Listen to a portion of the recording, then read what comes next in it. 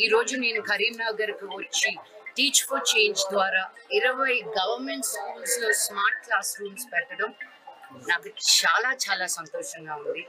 మేము ఇప్పటికే 500 స్కూల్స్ లో ఉన్నాం. స్మార్ట్ క్లాస్ రూమ్ ద్వారా more than 36,000 స్టూడెంట్స్ డైరెక్ట్ గా గవర్నమెంట్ స్కూల్లో మేమున్న స్టేట్స్ లో ఆంధ్ర, తెలంగాణ, కర్ణాటక, చెన్నై, తమిళనాడులో నుంచి మేము ఇన్ని స్కూల్స్ లో ఉన్నాం.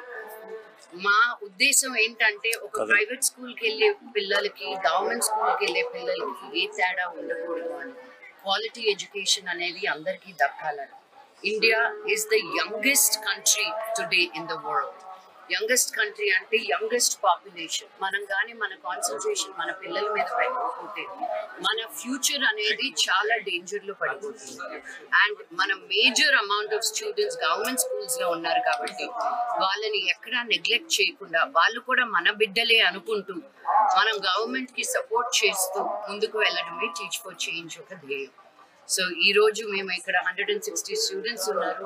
Primary school education 3rd, 4th and 5th గ్రేడ్స్లోనే కాకుండా మాకున్న flagship programmes, voluntary based programmes అని చాలా ప్రోగ్రామ్స్ జరుగుతాయి టీచ్ ఫర్ చేంజ్ ద్వారా.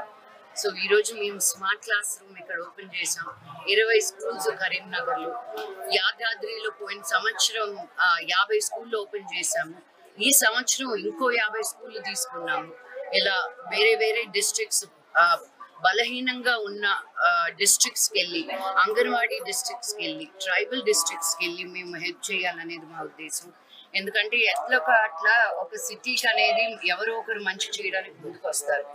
కానీ ఇలాగా దూరంగా మన సిటీస్కి దూరంగా ఉన్నప్పుడు అంతే కాన్సన్ట్రేషన్ ఉండదు అని నేను రియలైజ్ అయ్యాను. సో మన పిల్లలందరినీ కూడా మేము ఉన్నాము, టీచ్ ఫర్ చేంజ్ ఉంది, మీరు కూడా ఇంపార్టెంట్ అని తెలియజేయడానికి నేను కూడా స్మార్ట్ క్లాస్ రూమ్స్ ఓపెన్ అయిపోయిన తర్వాత వచ్చి ఇలాగా మీ అందరితో మాట్లాడడం జరుగుతుంది. నాకు మీ సపోర్ట్ కావాలి.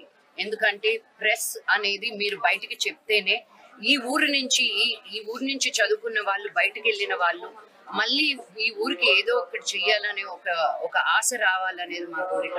మేము కొంతవరకు చేయగలుగుతాము. తర్వాత మనం అందరం కలిసికట్టుగా చేస్తేనే ఒక చేంజ్, ఒక డిఫరెన్స్ అనేది మనం క్లారిటీగా చూడగలుగుతాం.